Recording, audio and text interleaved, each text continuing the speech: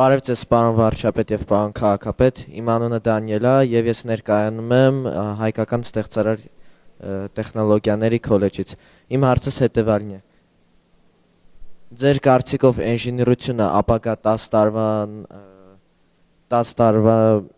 տարվա մեջ ինչպես կզարգանա Հայաստանում։ Իմ կարծիքով ինժեներությունը կզարգանա արհեստական բանականության ոլորտում հիմնականում եւ ոչ միայն Հայաստանում, որովհետեւ այդ է հիմնական լոկոմոտիվ քաշող ուժը դա է եւ այդ ուղղությամբ է գնալու, բայց մի հատ ուրիշ խնդրեմ կա, որը կարծում եմ այդ թվում ինժեներական խնդրեմ է, որովհետեւ արհեստական բանականության մի ուղղություն է հիմա սկսելու զարգանալ, որովհետեւ մենք հիմա գիտենք, խոսում ենք արհեստական բանականությունը որպես soft, որպես ծրագիր, այս պահին։ Տեսեք, ասում ենք, որ ինքը հեռախոսներին պատասխանի, բանը նախագծերը համալիր փորձաքննության ենթարկի, բայց հիմա սկսվում է մի շրջան, երբ որ արհեստական բանականությունը դառնում է հարթ, այսինքն դառնում է առարկա, այսինքն ռոբոտ, որտեղ հիմա հաջորդ փուլով արհեստական բանականությունը ուղղակի համակարգչային ծրագրերից դուրս է գալու եւ դառնալու է շարժվող ռոբոտ։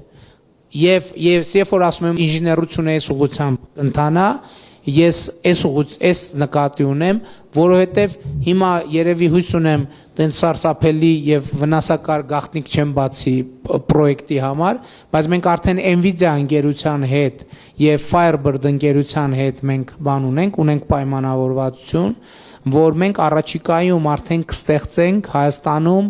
կառավարություն եւ մասնավոր ներդրմամբ կստեղծենք այդ ռոբոտիկսի մեծ լաբորատորիա, որը ամբողջությամբ կզբաղվի այդ մշակումներով։ Որն է մշակումը, թե արհեստական բանականությունը ոնց եւ ինչ գործիքներ, ինչ ռոբոտների միջոցով է ստանալու ֆիզիկական տեսք, ինչի համար են լինելու այդ ռոբոտները, ինչ պարամետրեր են ունենալու, ոնց են աշխատելու եւ այլն եւ այդպես շարունակ։ Այսինքն արհեստական բանականությունը հիմա հետեւյալ տրամաբանությամբ է աշխատելու, որպես այդ ծրագիրը մտնի այդ սարքի մեջ, ըստ էության ստացվում է նյարդային համակարգ պետք է ստեղծվի, եթե շատ կոպիտ ասենք այդ ռոբոտի համար, որպեսզի այդ ինֆորմացիան մշակի եւ այդ մշակած ինֆորմացիան արդեն դարձնի գործողություն։ Այս ուղղությունը ես կարծում եմ շատ հեռանկարային ուղղություն է եւ շնորհակալ եմ Firebird-ի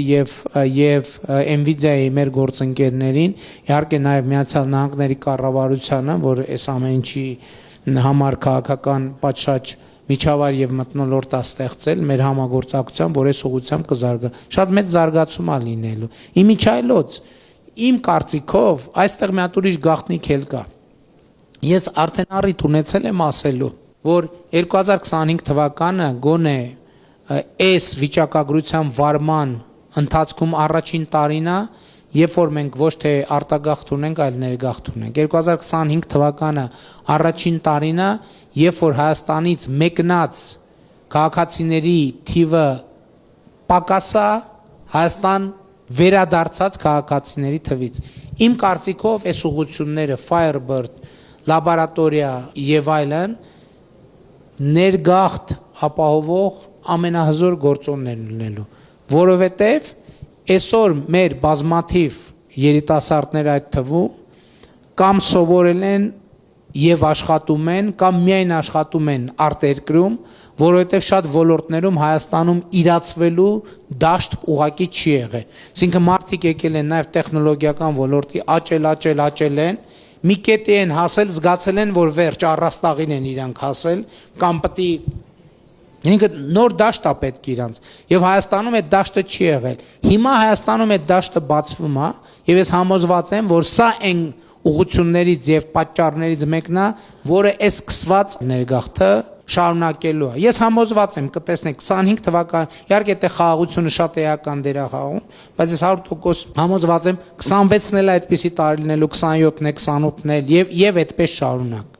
Պարոն վարչապետ, ՀՀ կառավարությունը որոշել է, որ Հայաստանում պետք է կառուցվի փոքր մոդուլային ատոմակայան։ Էներգետիկայի գծով ՄԱԿ-ի ազգային փորձագետ Արամ Մարջանյանը նշել է, որ այս պահին լիցենզավորված եւ աշխատող մոդուլային ռեակտորներ աշխարհում ուղղակիորեն չկան։ Ինչու ընտրությունը ընկավ հենց փոքր մոդուլային միջուկային ռեակտորի վրա եւ ոչ թե ջրաջրային էներգետիկական ռեակտորի վրա։ Գիտեք, որովհետև մենք երբ ենք կայացրել նման որոշում, մենք կայացրել ենք նման որոշում, երբ որ մեր փորձագետները, այդ թվում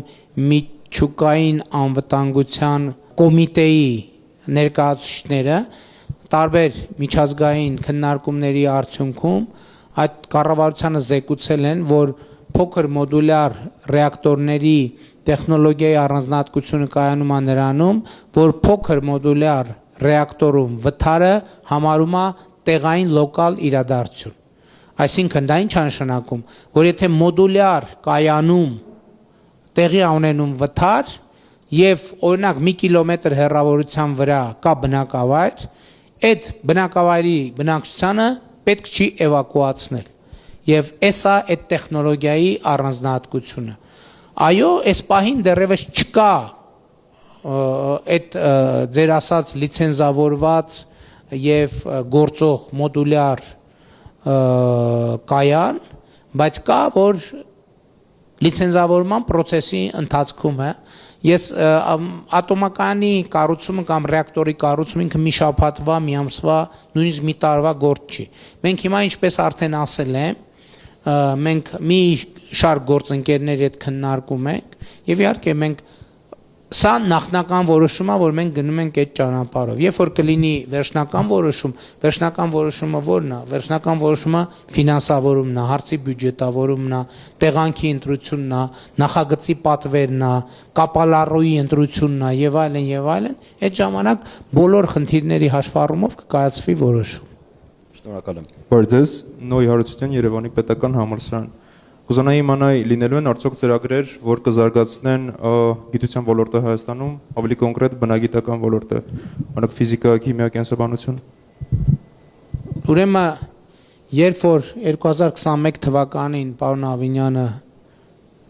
21-ին չէ փոխվարչապետ էր, այդ ժամանակ մենք ընդունեցինք գիտության ֆինանսավորման մի նոր ծրագիր եւ 2026 թվականի հունվարի 1-ի դնությամբ գիտության ոլորտի աշխատողների աշխատավարձերը ընդհանուր 300%-ով ավելացել են։ Ընդ որում այդ թվում ձեր նշած ոլորտների գիտաշխատողների աշխատավարձերը եւ սա նաեւ պատճառ է դարձել, որպեսզի Հայաստանում գիտությամբ զբաղվող մարդկանց թիվը մեծանա։ Ընդհանրապես ես հիմա շատ կոնկրետ թվերը չեմ կարող հիշել, բայց եթե չեմ սխալվում 2017 թվականի համեմատ 4 անգամ գիտության ֆինանսավորումը ավելացել է։ Սա ինչ է նշանակում։ Սա նշանակում է գիտնականների աշխատավարձեր, սա նշանակում է գրանտային ծրագրեր, սա նշանակում է սարքեր եւ սարքավորումներ, որովհետեւ գիտությունը ժամանակակից ինքը տեսություն, այո, բայց նաև տեսական գիտությունը զարգանում է այդ թվում լաբորատոր փորձարկումների արդյունքում, այնպես որ այդ process-ը գնում է եւ այս վերջերս տեղի ունեցավ ուրիշ բան։ Մենք ընդունեցինք գիտության զարգացման ռազմավարությունը, որտեղ կայացրինք սկզբունքային որոշում, որը 2026-ից 2031 թվականի ժամանակահատվածում գիտության ֆինանսավորումը կհասնի ՀՆԱ-ի 1%-ին, որտեղ 80%-ը կլինի բյուջետային միջոցներ եւ 20%-ը մենք կներգրավենք մասնավոր հատվածից։ Այնպես որ ձեր հարցի պատասխանն է այո։ Հարգելի պարոն քաղաքապետ, պարոն վարչապետ, ես Մարինա Մինասյանն եմ Հայաստանի ամերիկյան համալսարանի շրջակայի կայունության գիտելիքներ ֆակուլտետից։ Հարցս ավելի շատ ուղղված է պարոն վարչապետին։ Այսօր Երևանում շինարարությունները շարունակաբար աճում են եւ ենթակառուցվածքային եւ զարգացման ծրագրերի մեծ մասը կենտրոնացված է հենց մայրաքաղաքում, այն պարագայում, որ մայրաքաղաքը բավականին գերծանրաբեռնված է եւ համարվում է մեծ աղտոտվածություն ունեցող քաղաք։ Ինձ հետաքրքիր է, թե այս պայմաններում ինչու պետությունը չի սահմանափակում որոշ շինարարություններ եւ կամ ժամանակավորապես դրանք դադարեցնի, փոխարենը իր նույն ներդրումները, ծրագրեր եւ շինարարությունները փորձի ուղղի այլ քաղաքներին եւ մարզերին, որպեսզի ապահովի համաչափ զարգացվածությունը ամբողջ բնակչության, ոչ միայն մայրաքաղաքի։ Շնորհակալություն։ Շնորհակալ եմ հարցի համար, մենք հենց դա էլ փորձում ենք անել, ավելի ճիշտ անում ենք։ Նախ ես ուզում եմ արձանագրել, որ տեսեք հիմա շինարարությունը վերջին տարիներին շատ էական աճ է արձանագրել, շատ կարևոր է հասկանալ ինչու այս շինարարության բումը տեղի ունեցավ, որտեղ 2020 թվականին մենք կարծեմ 20 թվականին մի շատ կարևոր սկզբունքային որոշում։ Այդ որոշումը հետևյալն է, որ եկամտային հարկի վերադարձի համակարգը Երևան քաղաքում, մայրաքաղաքում գործելու է մինչև 2020 կարծեմ 4 թվականի հունվարի 1-ը ստացված շինթույլտվությունների համար։ Սա տալիս է ձեր հարցի պատասխանը։ Հիմա, այսինքն 2024 թվականի հունվարի 1-ից հետո կարող են այդ շինթույլտվություն, այդ համակարգը, եկամտային հարկի վերադարձի համակարգը այլևս գործում է մարզերում։ Եվ մենք ինչ ենք տեսնում։ Մենք տեսնում ենք, որ հիմա շինարարությունը, ակտիվությունը կամաց Երևանից տեղափոխվում է մարզեր։ Մենք երկրորդ քայլներ ենք արել։ Ասել ենք Երևանի շրջակա մարզերում դա գործելու է, եթե չեմ սխալվում, մինչև 2027 թվականի կամ ինչ որ մի ժամանակ, հանկարծ այս իմաստս թիվը հիմք չընդունեք, որովհետև ես կարող եմ շփոթել։ Այսինքն հենց ձեր ասած խնդիրն ենք ուզում լուծել,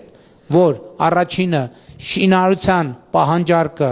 կենտրոնացնենք եւ բավարարենք, հարակից վատ է հվեկտել ենք ունենում փոշի եւ այլն, բայց դա նշանակում է նաեւ որոշակիորեն արդեն հիմա մենք մտել ենք Երևանում սահմանափակման փուլ եւ դուրս ենք եկել մարզ, Երևանին շրջապատող մարզեր։ Հաջորդ փուլով այդ նույն սահմանափակումը կգործի Երևանին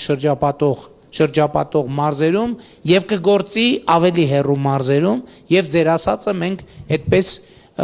կդարձնենք իրականություն։ Այսինքն ձեր պատասխանից ակնկալենք, որ մոտ ժամանակում Երևանում այլևս նոր շենքեր եւ շինություններ չեն կառուցվելու եւ փորձելու են ավելի այլ քաղաքներում։ Չէ, սենց ձևակերպենք։ Ես էդ էի ասում, ինչու սկսեցին այդքան շատ Երևանում շենքեր կառուցել, որովհետեւ մենք կայացրինք որոշում, որ ստեղծեցինք ժամանակահատված, որտեղ Երևանում շենք կառուցելը հատկապես գրավիչ է ներդրողի համար։ Եվ այդ ժամանակահատվածը, բայց մեկնարկ ուներ եւ ավարտ ուներ։ Հիմա ավարտվել է։ Հիմա Երևանում մի քիչ համեմատաբար դանդաղելու է եւ ավելի գրավիչ է լինելու շինարարություն իրականացնել մարզերում։ Եվ դրա հաշվին հոսքերը որոշակի կտեղափոխվեն։ Չնայած հիմա Երևանի քաղաքապետարանը նաև երկու մեծ ներդրումային ծրագիր է որդեգրել, ընդունել կառավարության հետ, բայց դա ես կարծում եմ, որ մեծ հաշվով իմ ասածը չի փոխում եւ այդ ուղղությամբ մենք գնում ենք։ Բայց այդ էլ խնդրում եմ հաշվի առեք, որ ընդհանրապես Երևանի եւ Հանրապետության բնակ ֆոնդը հնացած է։ Մենք պետք է ծրագրեր մտածենք, որ հին շենքերը դուրս գան, նոր շենքեր առաջանան։ Հիմա ես իմ ասածին հակասող մի բան կասեմ, որովհետև մենք մտածում ենք, որ հաջորդ փուլում պետքա կենտրոնանանք Երևան քաղաքի վթարային շենքերի վրա, որովհետև այդ վթարային շենքերը իրենք նախ սպառնալիք են,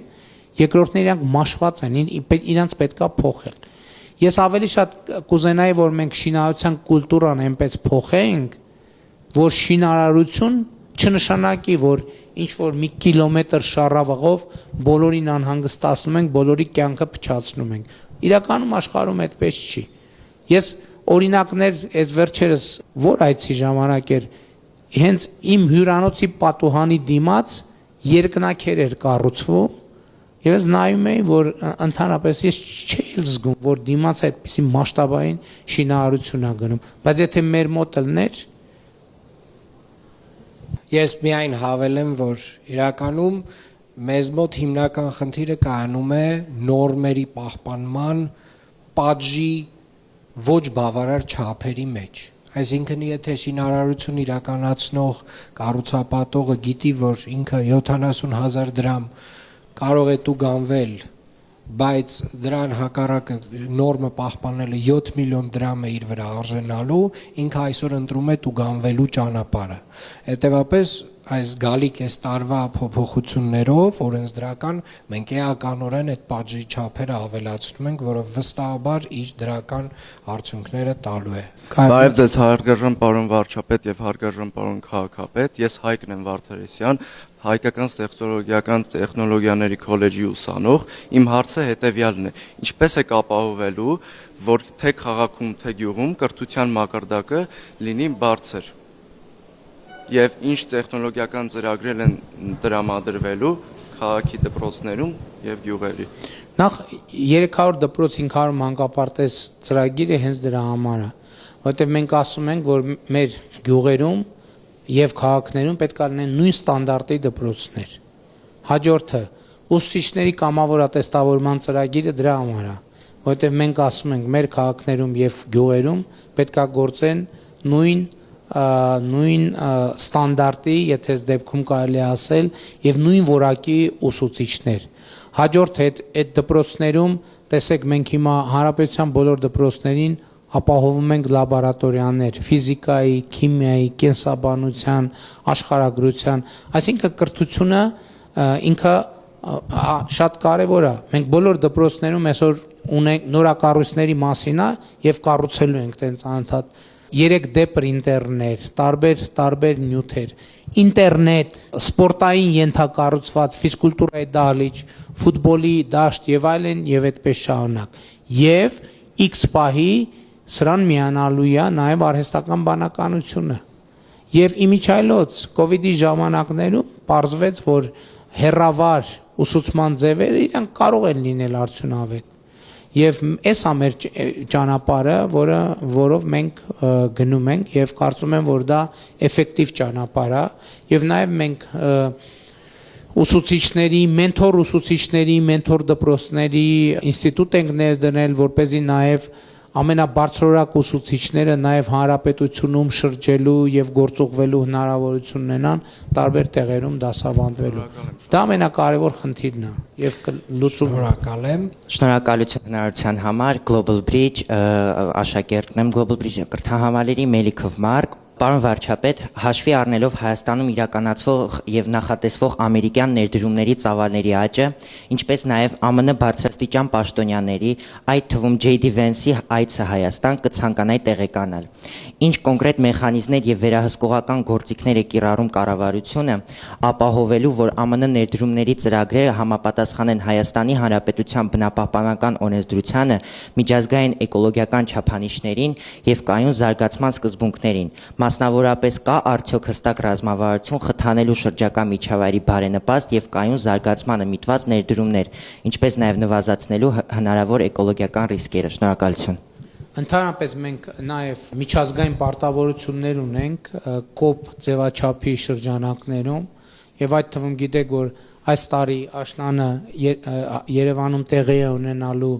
կենսաբազմազանության կոպ 17 գագաթաժողովը